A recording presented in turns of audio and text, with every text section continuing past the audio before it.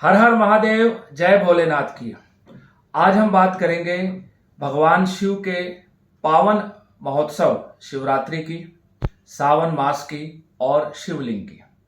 शिवलिंग मतलब भगवान शिव के साकार और निराकार रूप में से निराकार स्वरूप को शिवलिंग कहते हैं। शिवलिंग के अलग अलग प्रकार होते हैं, जैसे स्वयंभू, जनेऊधारी, पार्थिव शिवलिंग और इसके अलावा सोने चांदी का भी शिवलिंग का प्रावधान रहता है, उसका भी विधान रहता है पूजा का। इनमें सबसे महत्वपूर्ण पूजा करने का जो फल मिलता है वो स्वयंभू शिवलिंग का मिलता है। स्वयंभू शिवलिंग का मतलब है कि जो स्वयं प्रकट हुआ हो। नर्मदेश्वर शिवलिंग का मतलब है जो नर्मदा नदी से प्रकट हुआ हो, नर्मदा नदी से निकला हो। इसके अलावा जनेऊधारी शिवलिंग, जिस शिवलिंग के ऊपर सफेद सफेद प्रकार की लाइनें लकीरें आपको देखने को मिलती है।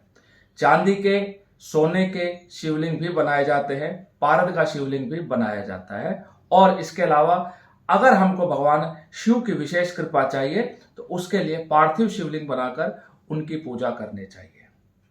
पूजा करते समय कुछ बातों का भी ध्यान रखेंगे, जैसे कि भगवान शिव का किन चीजों से अभिषेक कराना चाहिए, क्या क्या चीजें पूजा के अंदर वर्जित है, किन चीजों का हमको ध्यान रखना चाहिए।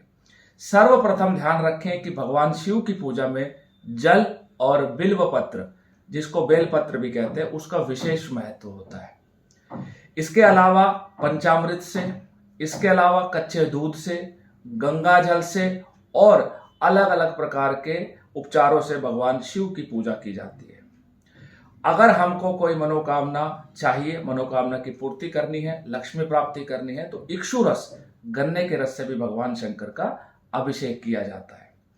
भगवान शिव की जब पूजा करें तो ध्यान रखें कि किसी भी प्रकार से उन पर जूही, कदम्ब, केतकी और सेमल ये ना चढ़ाएं।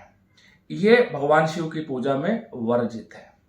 भगवान शंकर की पूजा करते समय ध्यान रखें कि अगर आप अपने घर में शिवलिंग की स्थापना कर रहे हैं तो वो शिवलिंग का जो आकार है, साइज है, वो 6 इंच से ऊंचा नहीं होना चाहिए। जबकि आप मंदिर में किसी भी आकार का शिवलिंग स्थापित कर सकते हैं, विधि विधान द्वारा प्राण प्रतिष्ठा उसकी कराकर। एक चीज का और ध्यान रखें कि जो वेदी है, जहां से जल निकलता है, उसको वेदी कहा जाता है। उसकी जो दिशा है वो उत्तराभिमुख होती है। मतलब आप शिवलिंग को स्थापित इस प्रकार करें, जब जल निकले तो वो उत्तर दिशा की तरफ से ही निकले। यही इसका शास्त्रों का विधान है। इस साल सावन का महीना चल रहा है, आप जानते हैं शिवरात्रि का महोत्सव है, तो इस साल जो शिवरात्रि है वो 2 अगस्त को मनाई जाएगी। 2 अगस्त को शिवरात्रि का मुहूर्त है। 2 अगस्त में सारे दिन, संपूर्ण दिवस आप शिवरात्रि का पर्व मनाइए। बड़े प्रेम भाव से भगवान शंकर की और मां गौरी की पूजा करें। शिवलिंग की पूजा करने से शिव और शक्ति दोनों प्रसन्न होते हैं, क्योंकि शिवलिंग के अंदर शिव का भी और शक्ति का भी दोनों ही उसके अंदर समाहित है। जय भोलेनाथ।